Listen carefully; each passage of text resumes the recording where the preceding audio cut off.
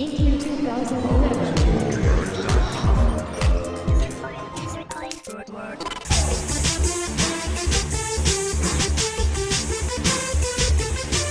This year with FIFA 12 we're making kind of an audacious statement. We have a trinity of gameplay innovations this year which we believe revolutionised the game. We don't usually say things like revolutionise. We've been very much about evolving, iterating and making the game better. We've reached 90 Metacritic and are very happy with that, but this year to get further beyond that we've had to really change big parts of the game. The three big things that we've done, like a trinity of improvements, are our new FIFA Player Impact engine. It's a totally real-time physics engine. Our new precision dribbling system, which is a high-fidelity ball control system in areas where there's lots of players. And then the third part of that trinity is our tactical defending system. We've ripped out our old defending and put in a very intuitive yet deep and rewarding defending mechanics. Within FIFA in the past, the physics engine has tried, or the animation engine really, has tried to pick the very best animations it can for certain situations. But ultimately, football's a very emergent sport. When you're playing, you're never quite sure what's going to happen next. So if we didn't have an animation to fit a situation, we would have to try and pick the one that we felt best fitted it. Sometimes that didn't work so well. So you would have these popping, glitchy moments where players might run into each other multiple times, players' arms would come through other people, all those kinds of things. The FIFA Player Impact engine this year solves all those problems, everything from players just bumping into each other through to being able to shield the ball effectively, through to not having arms popping out of people's chests.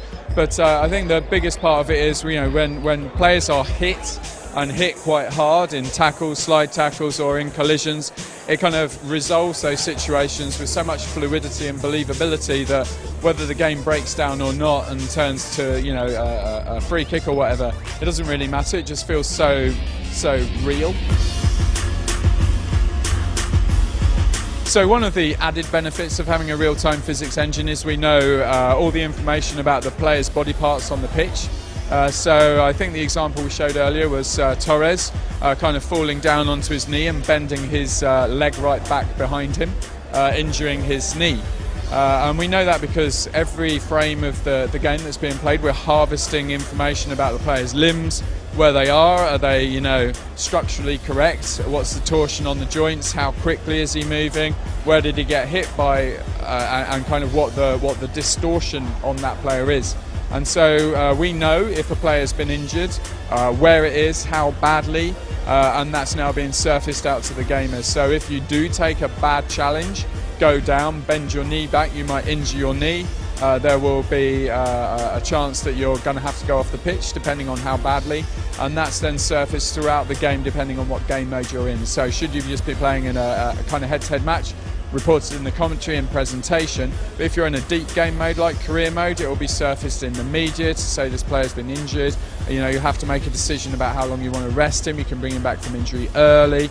It'll be picked up on the presentation. You might be wearing a knee brace. The commentators will tell you, oh, the manager's taking a bit of a risk here. So we're trying to make sure that there's this very joined up, holistic approach to the game this year, so that everything that's done in gameplay fits very neatly with everything that's being done in game modes. So dribbling for us was a very big deal this year. What we wanted to do was introduce a very engaging system with precision dribbling.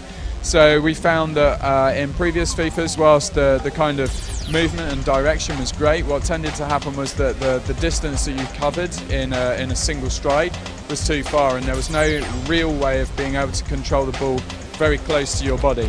So this year we put in precision dribbling. It allows a very, very close control with very high fidelity, allowing you to basically turn almost around the ball itself. It's that tight. The advantages of that are, if I'm close to you, as I am now, what I can do is I can very gently move the ball either away from you to get around you, back off, shield, move while shielding the ball, all these different things that real football players do. And what we found is that for people who aren't so familiar with FIFA in the past, they're suddenly going, wow, I am in control of this player. It's not this kind of fish-tailing sensation that people used to get with FIFA. If you're running in a straight line, it's great, but as soon as you try to change direction, it kind of feels a bit sluggish. That's gone. And obviously that's great for attacking play, but we did have to balance it with tactical defending.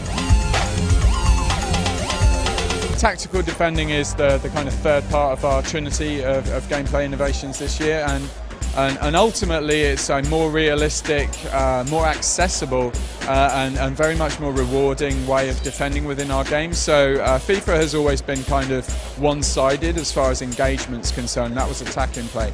With defending in previous FIFAs, you just press the X or the A button and you chase the ball down like a heat-seeking missile, and it was kind of like hands off, I'm just stood here, look at me holding my button, not having to do anything, and it's not much fun. And at the same time it's quite powerful because you didn't really have to do anything, the AI just took over. What we wanted to do was actually mimic real football. So for say people watching from North America who aren't familiar with the sport of football from watching it on the telly but playing it, what we've actually done is a kind of jockey contain, whereby you'll drop down and you'll track the player and try and move them slowly into a disadvantageous position so that they either are forced into making an inappropriate pass and will turn over possession then, or indeed they'll run the ball out because they've got nowhere to go. It's not about tackling, and that was kind of very much what FIFA previously were. The second part of it is you can tackle, obviously, but if you want to, you have to launch a tackle with a separate button press. There is a commitment to that, and if you get it wrong, obviously, then you know you might be penalised for it, and then that opens up new opportunities for attacking and defending play based on precision dribbling and everything else. When it all comes together, FIFA Impact Engine, precision dribbling, tactical defending, this brilliant kind of trinity of features. This year we've also obviously wanted to make a lot of improvements to our AI system, and one of the things we've been talking about with FIFA 12 this year is our pro player intelligence. It's our next generation of CPU AI, and ultimately what it does is it allows the different players on a team to be able to recognise the strengths and the weaknesses of the players on their team too. So the example we've been using is Peter Crouch. He's the example we use because he is such an example. He's a very tall player in the English Premiership, plays for Tottenham Hotspurs. A very, very tall player, so that the team generally plays a lot of balls to his head. He is an aerial threat, that's what he's called. So what we wanted to do was recreate a system like that within our game where we could have teams recognise things like aerial threats. So we've done that this year. We've also done it for a bunch of other attributes. One of the ones I showed earlier was vision. Vision is this kind of uncanny ability for a player to spot what's going on beyond the obvious, if that makes sense. And not eyes in the back of your head, but similar. And we've created that this year with a system called Vision Maps, which allows us to actually determine how far away from the player has vision, particularly peripheral vision, allowing him to make passes that other players can't see. So a couple of cool things for that. One, teams play more like each other, they play to each other's strengths and weaknesses. But on a career mode game, say where you're playing lots and lots of fixtures week after week after week, you're actually going to see and feel the difference between playing these different squads, as well as, you know, when transfers are made, it could actually really dramatically change the dynamic of one team from before that transfer to after. FIFA 12 is coming out later this year in the fall. It'll be available on PlayStation 3, 360 and all the usual formats that we release it on.